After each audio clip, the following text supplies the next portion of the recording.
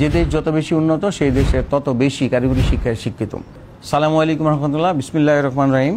বাংলাদেশের সকল অভিভাবক, ছাত্রছাত্রী, বিশেষ করে এসএসসি পরীক্ষার্থী যারা দিয়েছে তাদের প্রতি আমি বাংলাদেশ কারিগরি শিক্ষা বোর্ডের চেয়ারম্যান হিসেবে আপনাদের শুভেচ্ছা অভিনন্দন জানাচ্ছি। আপনারা হয়তো জেনে থাকবেন, বাংলাদেশ তথা সারা বিশ্বের যত কারিগরি বৃত্তিমূলক শিক্ষায় শিক্ষিত হয়ে যারা দক্ষতা অর্জন করে তারা আসলে উচ্চশিক্ষা গ্রহণ করার সুযোগ থাকে, তাদের চাকরি সরকারি বেসরকারি দেশে এবং বিদেশে করার সুযোগ থাকে এবং তারা স্ব-উদ্যোক্তা হয়ে সেলফ এমপ্লয়মেন্ট সেই সাথে উদ্যোক্তা হিসেবে নিজেকে প্রস্তুত করতে পারে। অর্থাৎ কারিগরি বৃত্তিমূলক শিক্ষা গ্রহণের মাধ্যমে পরিবারের, সমাজের এবং রাষ্ট্রের অর্থনৈতিক এবং সামাজিক উন্নতির ক্ষেত্রে তারা সক্রিয় ভূমিকা পালন করে থাকে।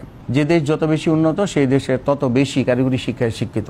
বাংলাদেশ কারিগরি শিক্ষা বোর্ড মূলত কয়েক ধরনের কোর্স পরিচালনা করে থাকে, যার মধ্যে 4 বছর মেয়াদী ডিপ্লোমা ইঞ্জিনিয়ারিং টেক্সটাইল সহ বিভিন্ন টেকনোলজি পরিচালিত হয়। এছাড়াও 2 বছর মেয়াদী এসএসসি ভোকেশনাল, বিএমটি এবং ডিপ্লোমা ইন কমার্স সহ ধরনের অনেকগুলো কোর্স পরিচালনা করা হয়। এছাড়াও এসএসসি ভোকেশনাল কোর্স আছে, আমাদের 1 বছর মেয়াদী অ্যাডভান্স কোর্স আছে এবং 6 মাস মেয়াদী আমাদের বিভিন্ন শর্ট কোর্স আছে। বাংলাদেশের 18 কোটি মানুষের 36 কোটি হার যদি কর্মদক্ষতা এবং দক্ষ মানুষ হিসেবে তৈরি হয়, তাহলে তাদের কর্মের মাধ্যমে নিজের, পরিবারের এবং দেশের অর্থনৈতিক উন্নয়নে তারা বিশেষ ভূমিকা রাখতে পারবে।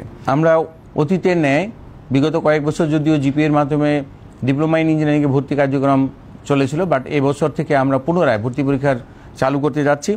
আমি আপনাদের সন্তানদেরকে এবং এসএসসি পরীক্ষার্থীদেরকে অনুরোধ করব যে তোমরা ডিপ্লোমা ইন ইঞ্জিনিয়ারিংয়ে ভর্তি হও। ডিপ্লোমা ইঞ্জিনিয়ারিং পাস করলেই আমাদের চাকুরি ক্ষেত্রে সরকারি 10ম গ্রেডে অর্থাৎ 2য় শ্রেণীর পদমর্যাদায় চাকরি পাওয়া হয়, যেখানে একজন মাস্টার্স হোল্ডার তার কিন্তু এসএসসি পাসের পরে অন্তত 10 থেকে 11 বছর পড়াশোনা করার পরেও অন্যান্য চাকরি পেতে মিনিমাম 3 বছর লাগে। সেক্ষেত্রে যদি একজন ডিপ্লোমা ইঞ্জিনিয়ারের কথা আমি বলি, এসএসসি পাসে 4 বছর পরে সে ইঞ্জিনিয়ার হয়ে যায় এবং পরবর্তী 2 বা 3 বছরের মধ্যে যদি সে চাকরি পেয়ে যায়, তার মানে 7ম বছরে বা 8ম বছরেও যদি চাকরি পেয়ে যায়, 5 বছর পরে অর্থাৎ 13তম বছরে সে কিন্তু ওই যে যারা বিসিএস দিয়ে 9ম গ্রেডে চাকরি করবে তাদের পদে তারা যাওয়ার সুযোগ হবে। সুতরাং অতিরিক্ত 12-13 বছর পড়াশোনা করে যদি আমি একই পদে যোগদান করি, সেক্ষেত্রে কেন আমি ডিপ্লোমা ইঞ্জিনিয়ারিং পড়ালেখা করব না? ইতিমধ্যে আমাদের গাজীপুরে একটি সরকারি ইউনিভার্সিটি রয়েছে, যেটাকে আমরা বুয়েট বলে থাকি। এছাড়াও বেসরকারি ইউনিভার্সিটি আছে এবং অতি সম্প্রতি 4টি ইঞ্জিনিয়ারিং কলেজ চালু হতে যাচ্ছে, যেখানে ডিপ্লোমা ইঞ্জিনিয়াররা বিএসসি ইঞ্জিনিয়ারিং করতে পারবে।